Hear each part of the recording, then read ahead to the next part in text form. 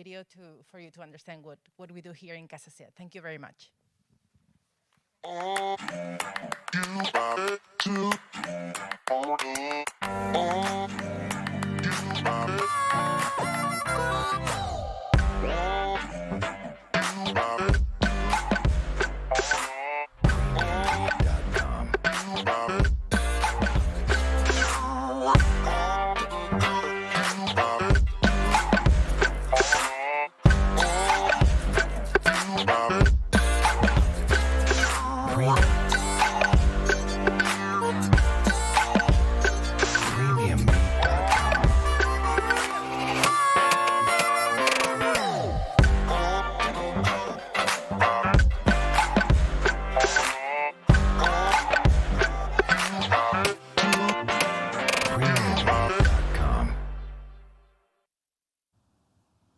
Hello, thank you very much for your coming here.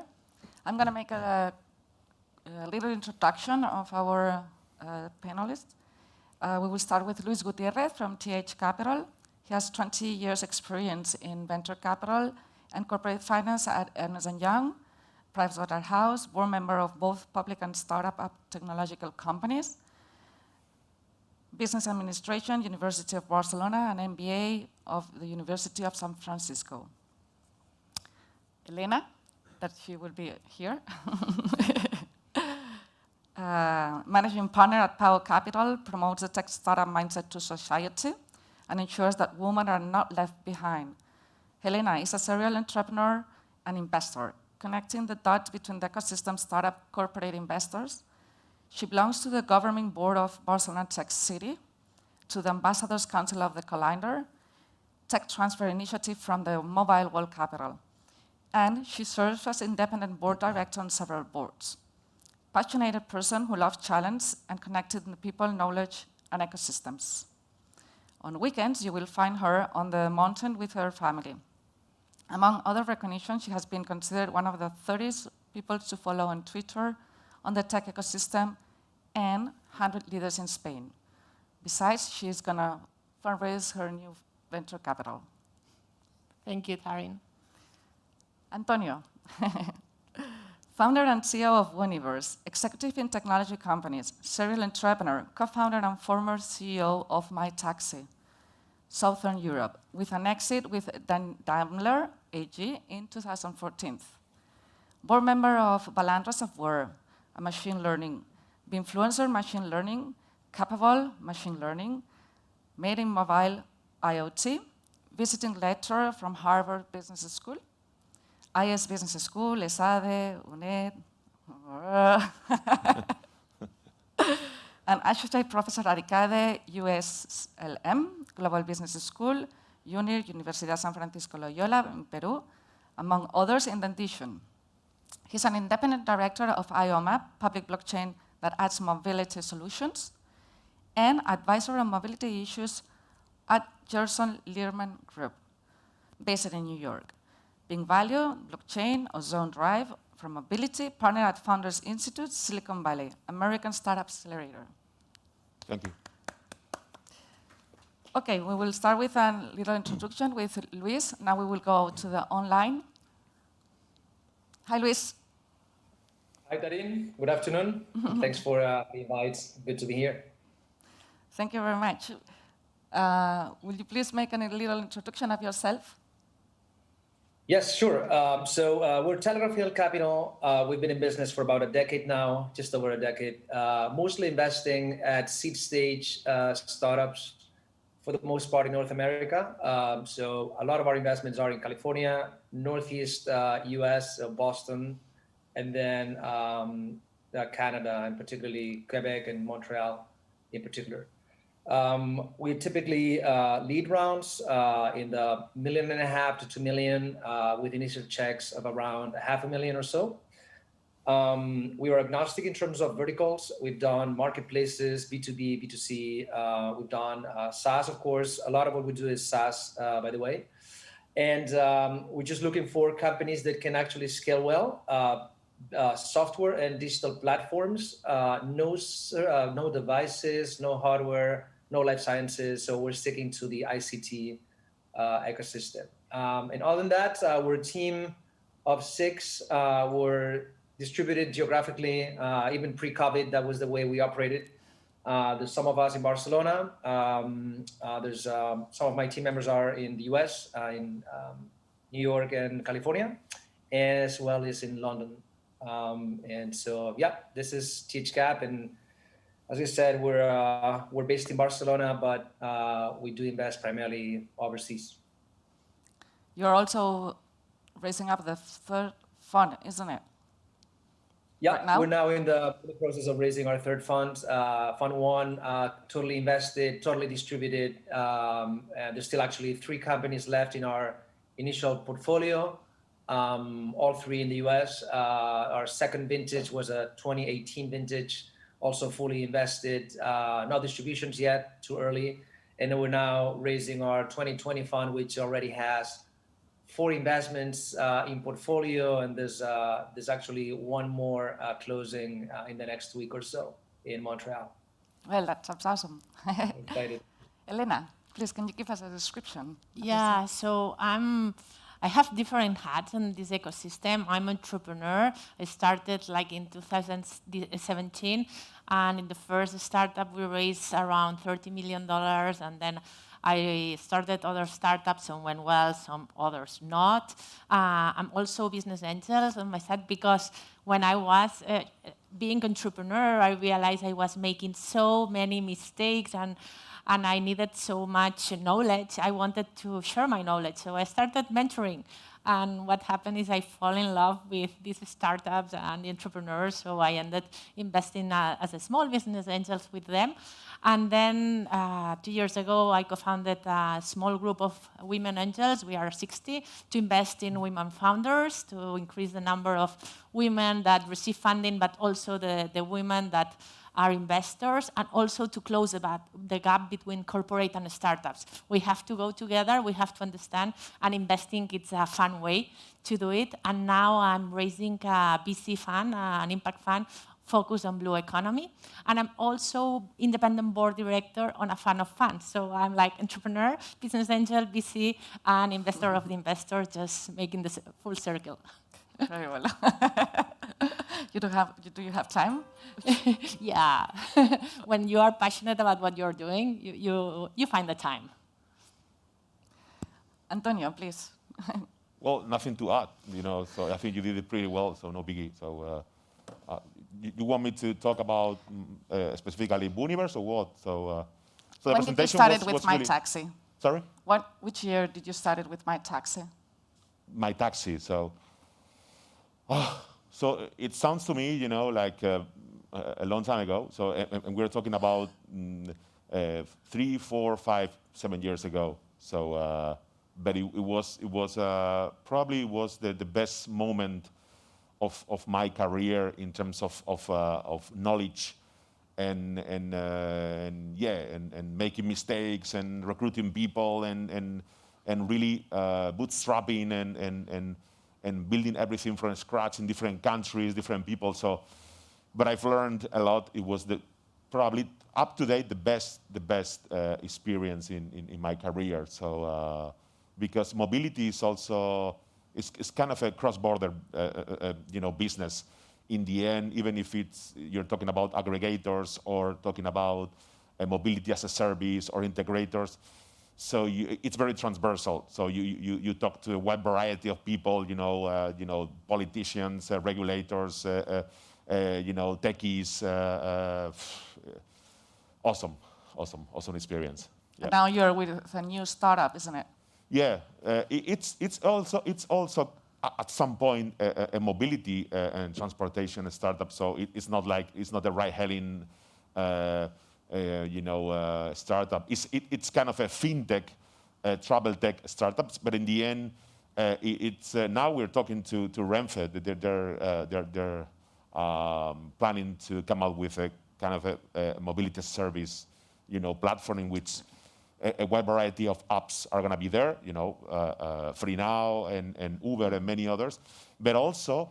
Booniverse is solving a problem whenever people is moving around, So they need to get cashbacks, they need to get reimbursed, taxes, VAT, and many other things. And in the end, it's something. So we are solving problems of people in motion. So it's, at some point, it's also part of the mobility ecosystem. Yeah. Related. Thank you very much. Luis, at the beginning of the... Oops, how do you see the mobility sector as a venture capital? Hot, very hot. Yeah, it's one of those verticals that has been around for a while. It just reinvents itself constantly. We define, I think there's a lot to be said about mobility, and it's a very, we look at it from a very broad perspective. We'll look at it from the logistics viewpoint. We look at it from the delivery viewpoint, the last mile delivery, all the kinds of delivery, transportation, of course, but even travel, drones, autonomous vehicle. So it's extremely broad. Now, when you look at each of those sub-verticals, there are specific purposes, specific tools, specific problems to be fixed. And that's when entrepreneurs can come up with tools or platforms that are particularly needed in a specific point in time. And our job as investors is actually to identify whether those problems are big enough and whether the timing is right. And then, of course, whether the execution or the team has the ability and the drive to make it happen. So, I mean, we've made several investments. This is not new to us. We've invested in mobility companies for years. I can think of several in our portfolio, even active or companies that have been acquired. We're investors in Collateral Fleet, Marti, actually in Turkey, Claim Compacts. There's actually one that hasn't been announced yet in Barcelona. It will be announced in the next few days. So yeah, we're big believers in this. I think that a lot of VCs are looking at it with a lot of interest, and it's really a matter of how can you actually make those different variables fit your investment thesis, so that you can actually go ahead and make those investments. So, but yeah, it's a big market. It's huge. Mm-hmm. And Elena, how do you see the business angel ecosystem in Spain? I tend to be always positive in everything, and one thing that I'm positive is in the business angel ecosystem. I think, 10 years ago, when more or less I started 13 years ago, we were not so many business angels, and at the beginning, some we started and we continued, others started and decided that was not for them because they had bad experience, there was no knowledge really at that moment. But now there are so many business angels, those who stayed have made money, they are reinvesting their money, they are increasing the average ticket they have. Not only that, but we have also successful entrepreneurs that are becoming business angels. And the third vertical, I would say, it's the corporate people. Technology startups 10 years ago were like, okay, if you saw what the word startup in one newspaper, you were lucky. Now you see it everywhere. Everyone is talking about innovation technology startups. So anyone wants to be close, and especially the people from corporate world want to be close. And one fun way to be close is to invest in startups, to see how they perform. So that helps to grow this database of business angels. So we are growing, and the good thing is the most experienced are becoming venture capitalists. So we are increasing the path of investors that we have in the country. Mm-hmm. But you're doing you teach some courses for business angels. Yes. Every day more and more they're asking you, there's a demand on the market, isn't it? Yes, there's demand. The people want to know, especially because you see, this company raised a round of 50 million. They say, what? How it works and how it's valued, and especially if you come from the traditional world, you want to know what were the revenues, the benefits, and when you say no benefits, sometimes not even revenues, but they raise 50 million, and it's like, what's going on? So it's a way to understand. But one thing is important. If you start becoming a business angel, once you're there, it's really difficult that you go out because it's so amazing to be close to innovation, to learn every day, to learn from the dreamers that are the entrepreneurs, that it's so exciting that even if it's with small tickets, you will stay there. Super. So now let's gonna go with our startup. Antonio, at the beginning of the project, which moments were with My Taxi? Which moments were you struggling most, and how did you solve it? I think, especially not for only for My Taxi, you know, I think for every single startup, when the model is really innovative and is disrupting the status quo. So your relationship with the regulators, it's tough. It was with My Taxi. It is now with Universe. We're dealing with the treasury, you know, and governments. So it's just slow. They don't understand, or they don't really want to understand anything. You know, just no. We're used to this. Don't talk about technology because it's weird, and we want to bring under control everything now. So, but it's a matter of, I think, you know, the difference between the you know, the open-minded, narrow-minded people and growth mindset. I think that's the problem. That was the problem with the taxi drivers, to convince them to, okay, I mean, your model is old-fashioned. You need to improve this, improve that.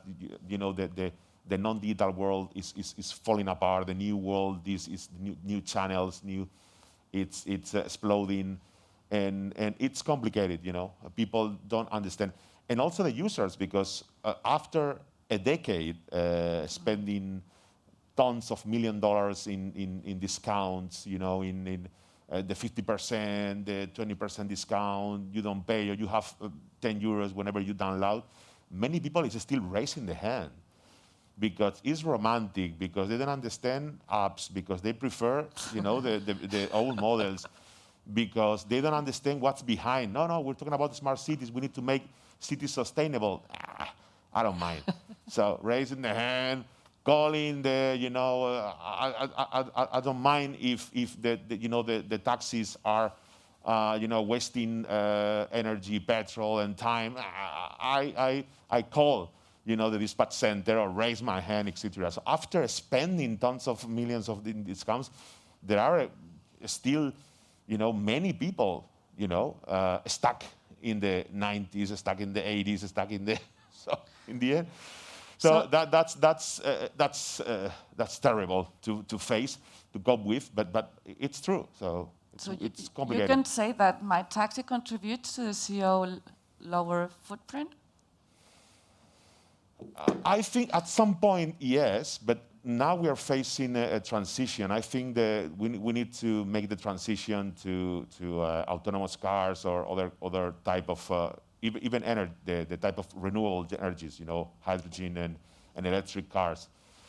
In the very beginning, yes, but I don't think. But we wanted to really stop the private car ownership, or to cut down on that. And at some point, yes, but now the thing is that the micromobility, there are many companies doing the same of My Taxis, and in the end, it's crazy, you know.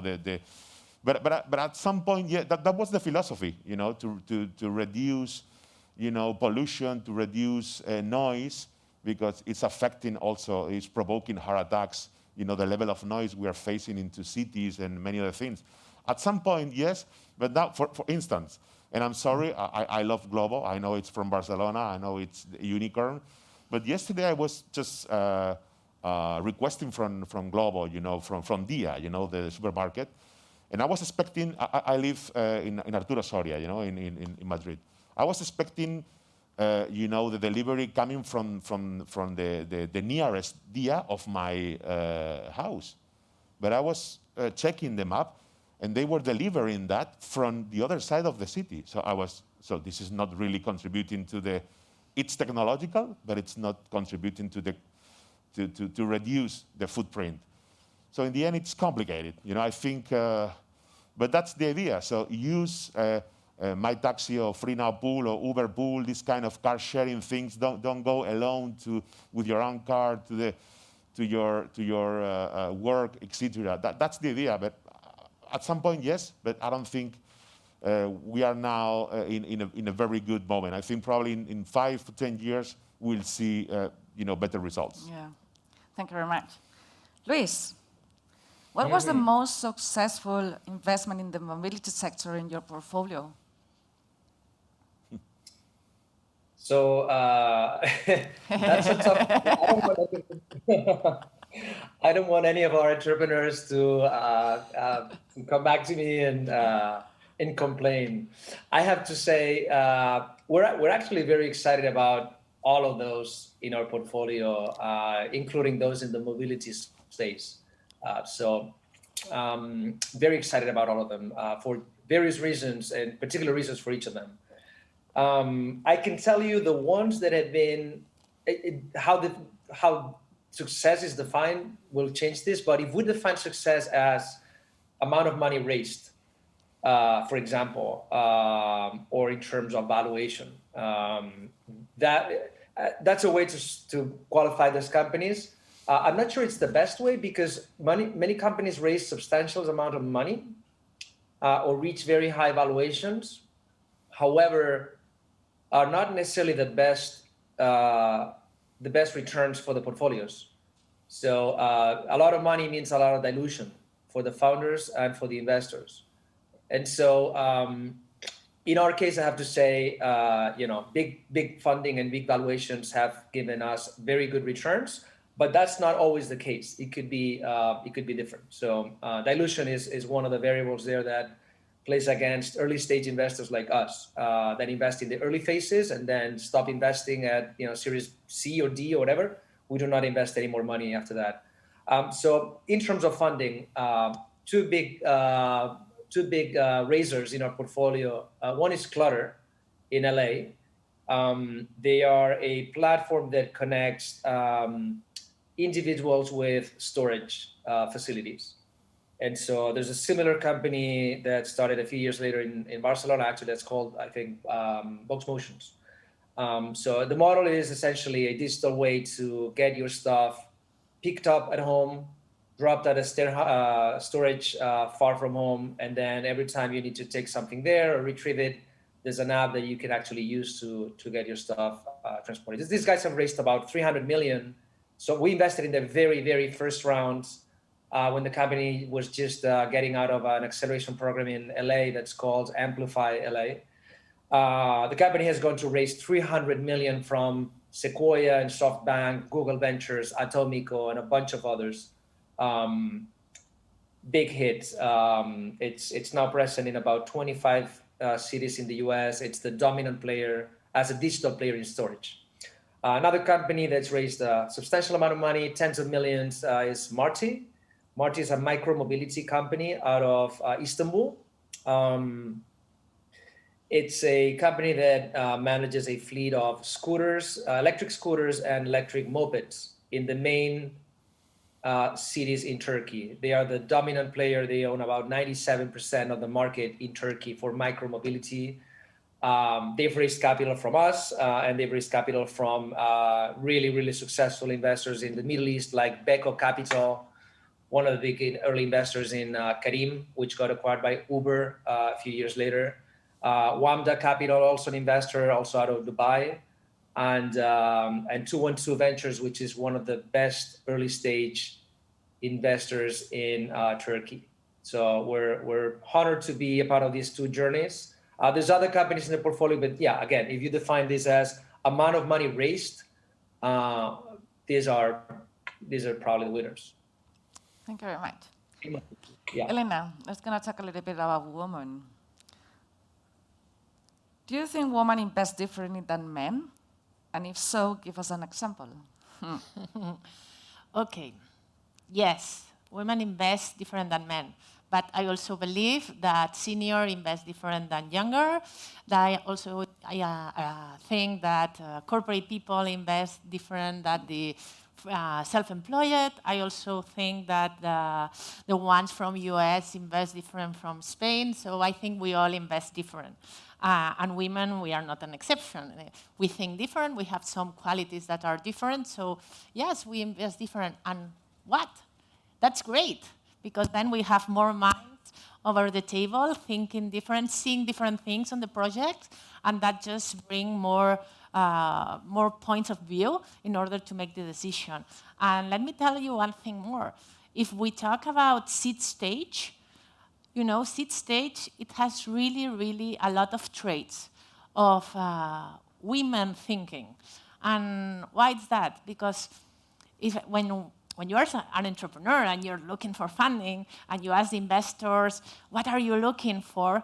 And the answer will be the team, always. The team is the most important thing. It is the most important thing, of course, because at the beginning, there's nothing else. There's only the team.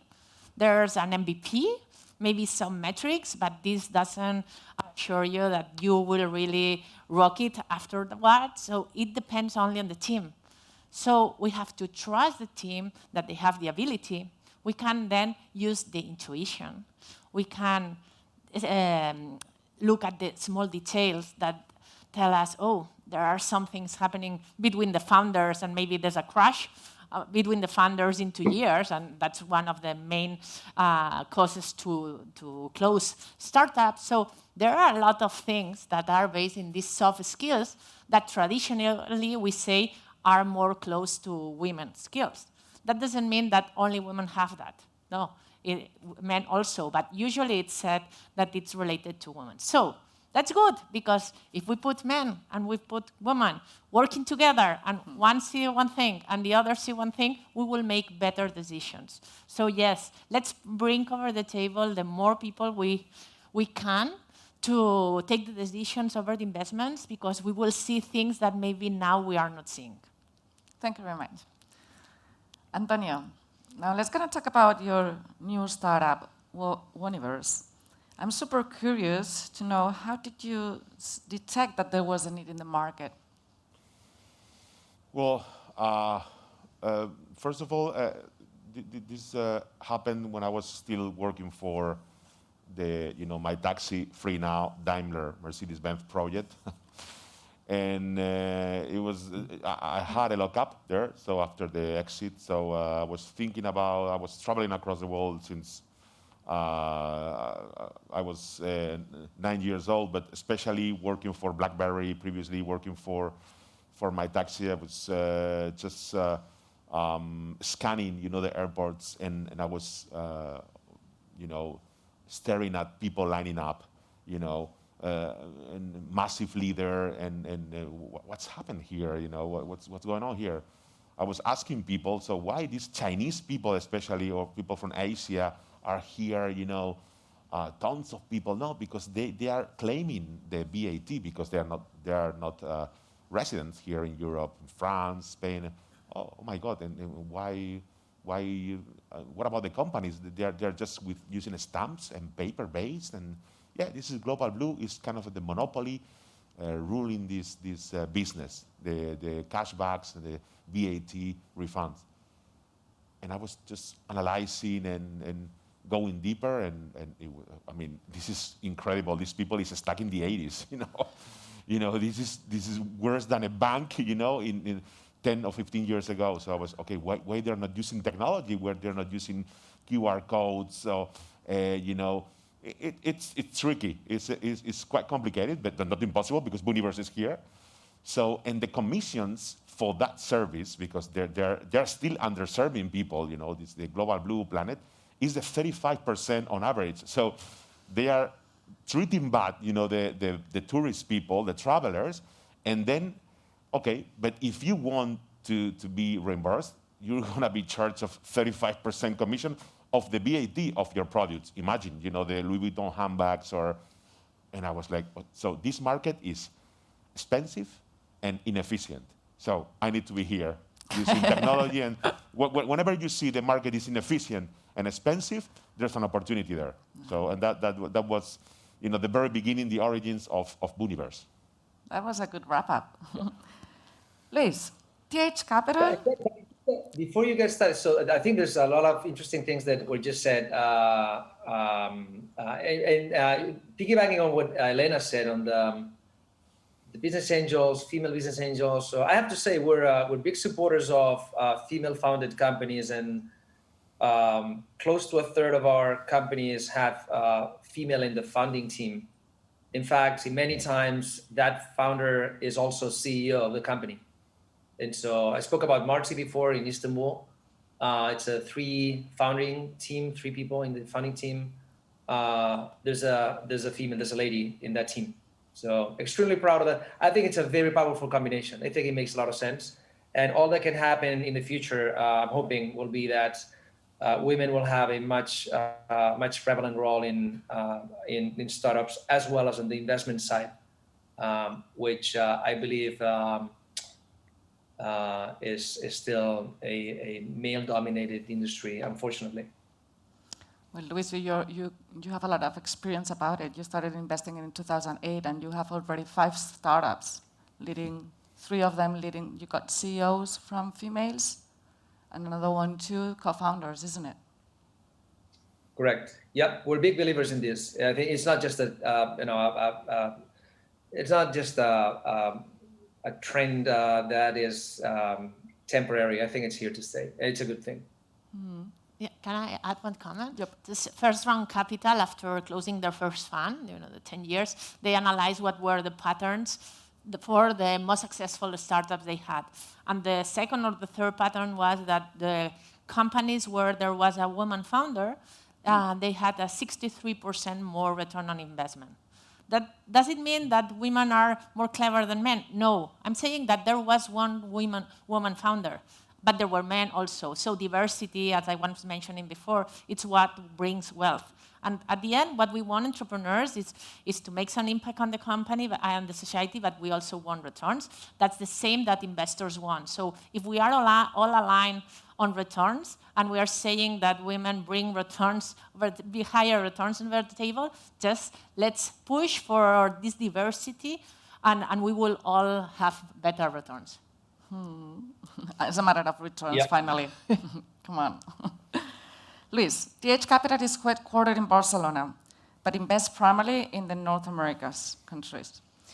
How has COVID affected your internal process to identify fundable startups and assess new investments given the travel restrictions in place? And how about your ability to support remotely your portfolio companies overseas? Yeah, good question. So it is having an impact. So I usually spend about 50 or 60 days every year in the US and Canada in different trips, visiting portfolio companies, identifying and interviewing and meeting with new entrepreneurs that we like meeting and backing. Also meeting with a lot of other investors, venture capitalists, acceleration programs, business angels as well. And so it does require a lot of face-to-face interaction that I'm afraid virtual worlds cannot accomplish fully. I mean, it's a good patch. It's something that we can manage temporarily. It's not ideal, in my opinion. We're a people business, and although there's capital involved and there's technology and there's a bunch of other ingredients, this is a people's business. And just to give you a sense of how important this is, more than half of our investment decision is about the team. I mean, we can live with a product that's not fully functional. We can live with a market that is not clearly defined. We can live with a lot of uncertainties and question marks. But the most important aspect will always be who is running this, who is actually behind this company product, and can we actually get along well with them, and can we actually see them disrupt or create something big. So it's all about the people. So because of that, the last 5 investments we've made, 4 have been in Barcelona, where I'm based, for obvious reasons, the proximity makes it easier for us to interact face-to-face when we cannot travel normally. However, we have also made one investment in a company in Montreal. First time that we've invested in a company without having met in person the team. We always do meet in person, and then there's various interactions remotely, but we always meet in person and spend time with teams before we invest. This will be the first time in many years that we've invested without meeting face to face. But it is what it is. The interaction we had virtually has been amazingly positive, and we're moving forward with this investment. And we're actually looking at several other investments now in California, in Canada, in New York City as well. New York City actually led by a female founder as well, a CEO. That we're very excited about, and it's possible that we will end up making some of those investments without having to meet with these teams personally. Other than that, we're used to working remotely. As I said, we're most of our portfolio is actually in the US, so this is as usual for us. But yeah, I'm missing all those trips and all that human interaction that we had, and I'm hoping and looking forward to going back to the face-to-face interaction very soon. Hopefully, I don't know if it's going to be the scene or something else, but I think we want to go back to that, all of us, or most of us. And I think that's going to be also for portfolio companies that, again, we've been dealing with remotely. I think that a lot of things can be done remotely, but there's nothing like in-person interaction. I think that we cannot agree that both our portfolio companies and we as investors want to go back to the times that we would meet in person. And same with other investors. So a lot of our business is about co-investing with others. It's all about trust, and it's all about knowing each other. And so we're missing the times that we could meet face-to-face. And again, phone and video calls can do to some extent. I think that it's been a good patch, but yeah, I think we're all dying to go back to traveling and doing things as we used to. We hope so. Thank you. Elena, how has the COVID impacted negatively or positively in order to receive deal flow for you? Oh, okay. I think deal flow, the projects are there. The deal flow has not stopped, but it's true that when all these COVID situations start, we were like all stuck, and I think it's not so much about the deal flow, but how about the investor reacted to that, and it was like with caution. If you were a VC, the first thing was, okay, let's focus to save those startups that are having problems. Let's save the portfolio. At the end, you have 5 years for investing. You can be some months without investing, and doesn't happen. So you were focusing in saving the portfolio. If you focus on business angels, because at the end what we do is we invest our money, we don't deliver results to anyone, we are not fulfilling to anyone, so you can do what you want. And at the end what we did is caution. So the projects were coming, but maybe we were more slower taking decisions or deciding to invest. And for instance, with We Rock, we said, okay, one call, we will break the April call. We didn't do it, and we passed it to July to see how things were moving. So this caution, this affected a lot to the projects that at the end, a lot of them, they had some timings to raise a round, and suddenly they saw it stop, and some of the business, they just closed because they didn't make it, which I think it was really a bad situation at that moment. But on the other hand, it was a moment of opportunities. New needs have arisen, and we've seen new projects in this short term reinventing themselves. And just as an example, at We Rock, usually we do a call every 3 months. and we received between 15 and 17 projects. We asked we are Spain focused now because we really invest in pre-seed stage. They almost have nothing. So proximity, it's really important. You cannot invest in something that doesn't exist when you are miles away.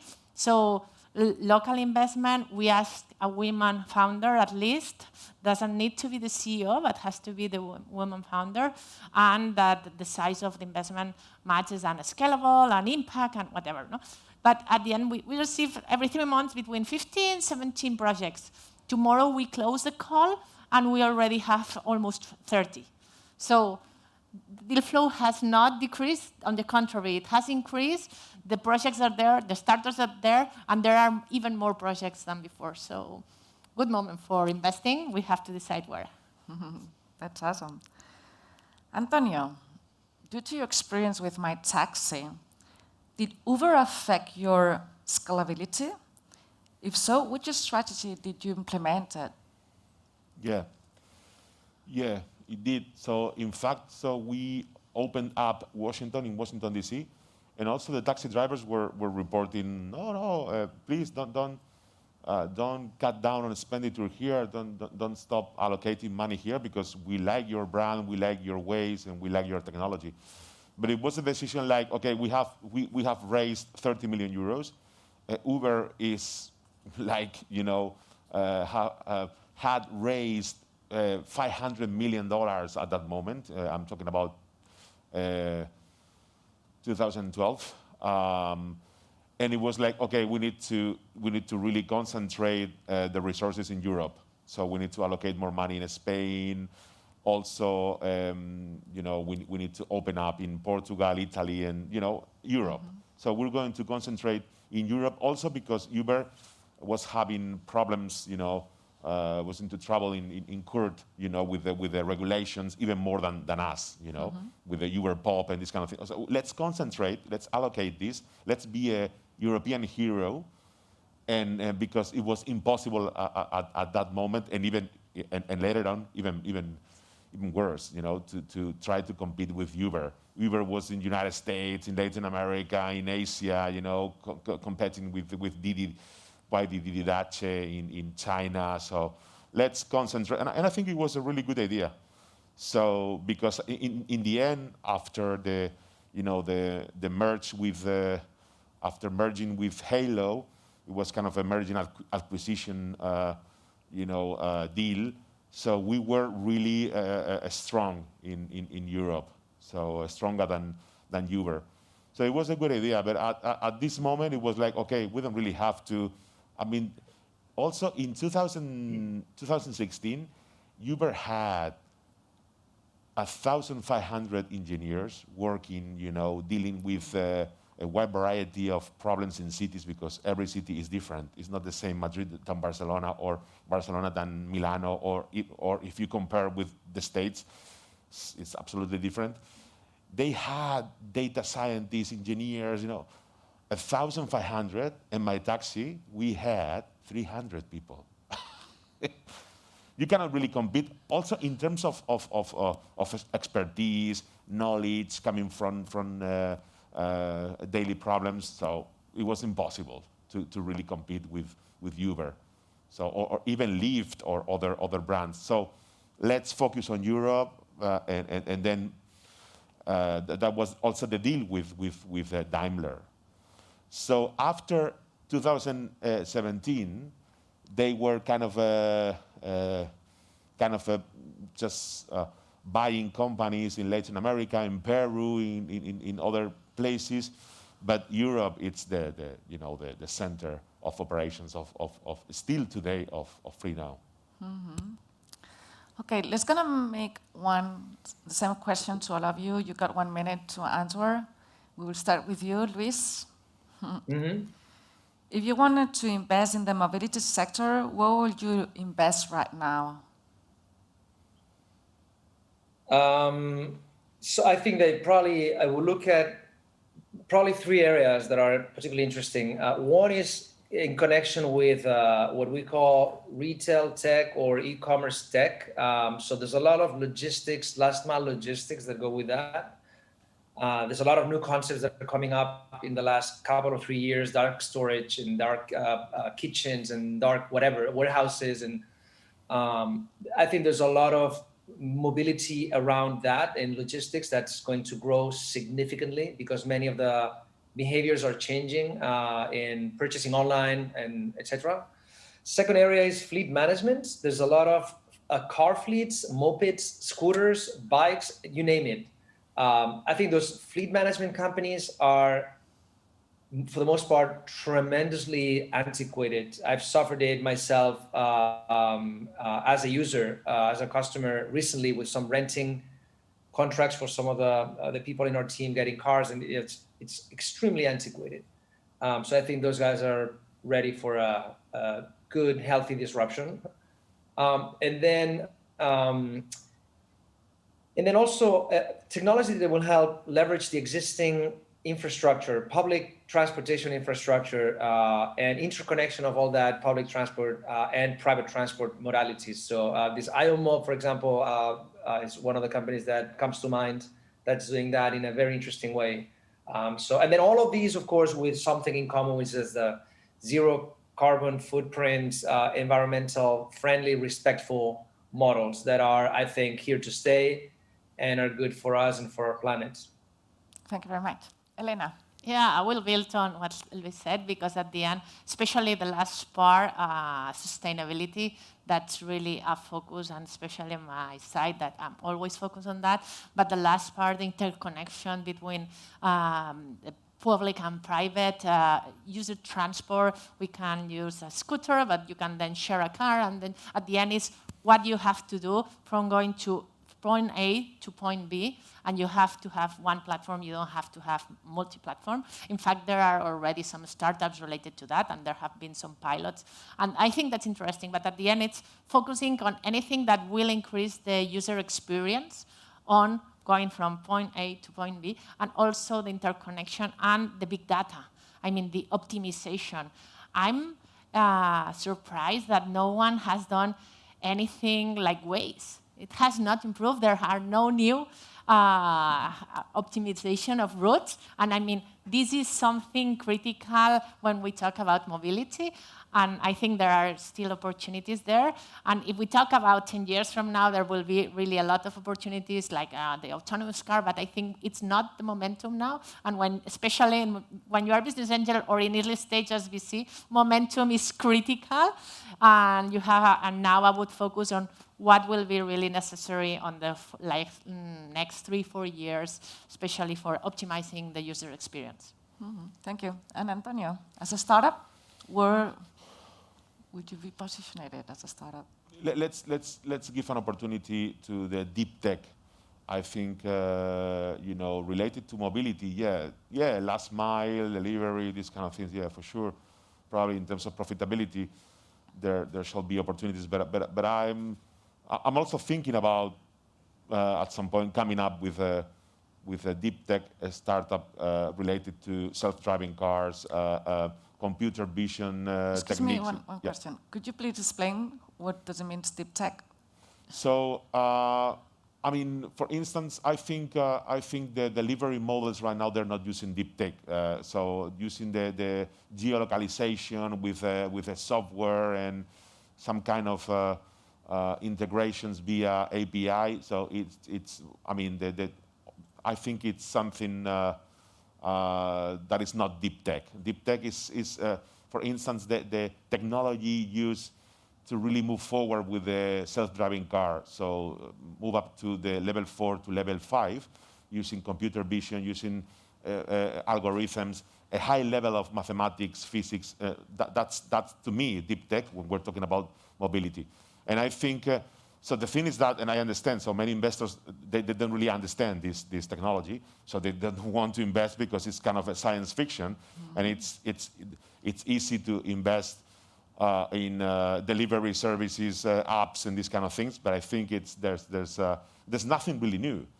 So since the very beginning of the last decade, so to me, wouldn't be really interesting in terms of the transformation of the world and these kind of things. In terms of profitability, yeah, some companies like Glovo, yeah, it's there, you know, for many people or for some people, but it's not anything new. It's not really transforming the mobility. So it's not even improving. So we can say that you don't have very much focus right now. No, I don't think that's the focus in top level countries like Japan, China, Singapore, Korea, or even some places of United States. I don't think that's the direction. I think it's old-fashioned. But, yeah. Thank you very much. Well, we're gonna have Q&A. Anyone have any question for our speakers?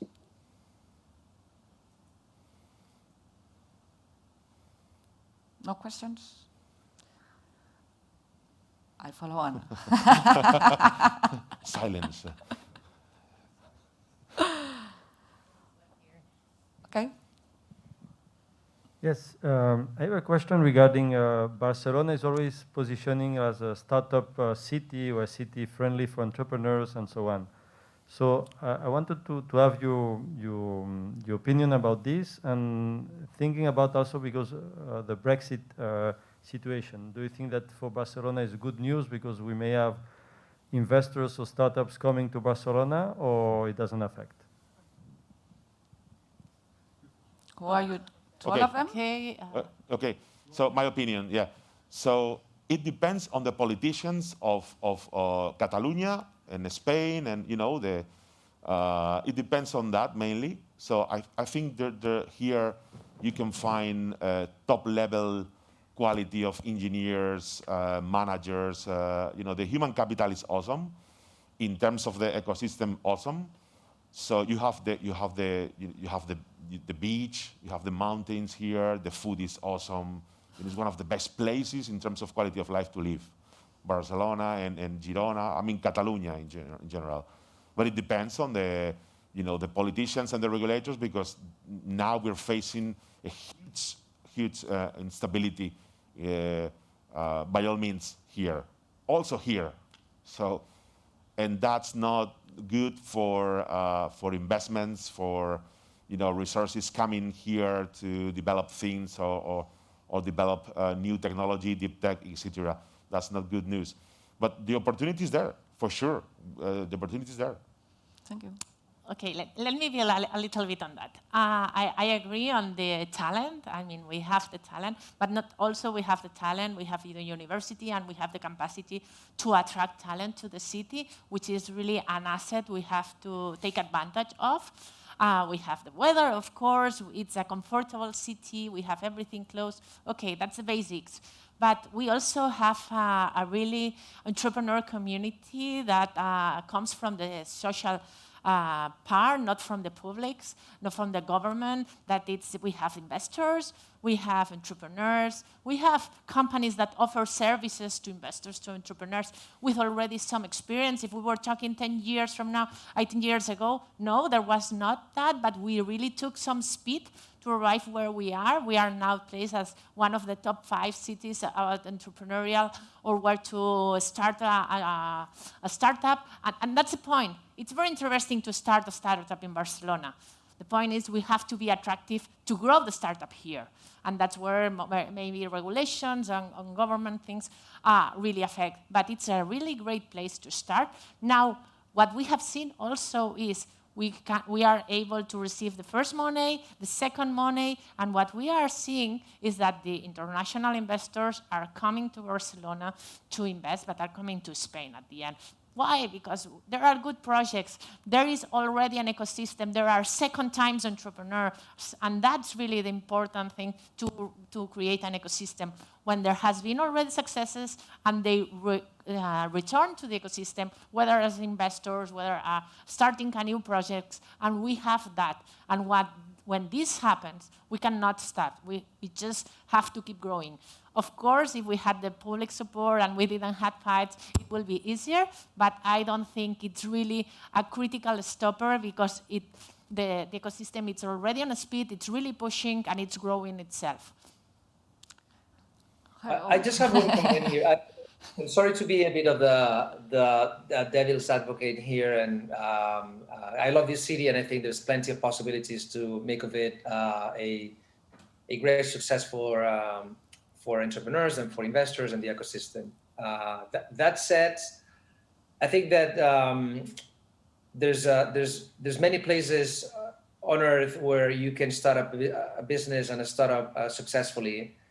One of the ingredients that we've seen works extremely well in ecosystems is, yes, there has to be a great network of universities and talents around that. That's key, just as it's key to see a great network of investors and capital flowing. What we're lacking and we're not seeing when we compare it to other geographies where this particular industry is way more developed than Europe and specifically Spain, like the US, and within the US, California, Northeast, or Canada even, is even when there's an exit and there's an entrepreneur that will make a good exit, I'm sad to see that many times all that money is not flowing into the ecosystem necessarily. It's actually going to other asset classes like the old, boring real estate. This is something we see all the time, particularly here. I'm not saying this is happening in other geographies, but it is happening here. So it's a bit of it's sad that many times this money is not being recycled necessarily, which would be very positive for the ecosystem. And it's what we've seen in other places that have really, really taken off. So until that happens, I'm afraid that even with the good weather, the good food, the good culture, and many other things, it's not going to be enough to build a top city really with regard to the startup ecosystem. It'll be just great. It's just not going to be a top 5, I think. But something. Sorry, can I? Yeah, I agree on that completely, and that's what I was saying, that they were returning just 2 weeks ago or 1 week ago, or I don't know about the time, but the Privalia founders, they just started, launched a new construction tech startup. They put 2 million, so money back to the ecosystem, and they are second-time entrepreneurs launching a new startup. The Ticket Biz founders, they founded a venture capital. I mean, it's starting. I'm not saying 100% of the people that are doing exit, they are doing it, but it's happening. I mean, we have here... Add something about that. Is also what you said before about corporates. COVID came here and in 1 year made something that it was supposed to be a digital transformation in 10 years. So corporates also saw how was their lacks in technology. And now the mindset is also changing. You said it before, and you can perceive it, that they're starting to look at the technology sector like, wow, I have to know what is going on here. If not, I'm off. So yeah, but sure, but also when we talk about the support coming from the government, or when we analyze, the taxes here, we're facing fiscal issues, If you compare Spain with Portugal, for example, and other countries, here it's very complicated to really bootstrap in with startups. It's crazy the level of things you need to pay to the government in terms of taxes, They need to change that. So also the regulation. Now we are launching the sandbox. That's a joke, because in many other countries, top-level countries, they launched this 2 or 3 years ago. So, and this is because of the politicians, because they are slow, they don't understand, they are stopping things, and that's terrible for the startup ecosystem. For sure, I agree. There's a huge atmosphere, entrepreneurial spirit, etc. But those issues are stopping incredibly, the options of Barcelona and Spain in general in comparison with Asia or other places, around the world. 100%. Yes. Do you have any other question? No? Okay. So thank you very much for assisting today. It was super interesting to talk to you and to learn about the different points of view of the ecosystem and as an experts. So thank you very much for coming here. A pleasure. Thank you, Dion. Thank you very much.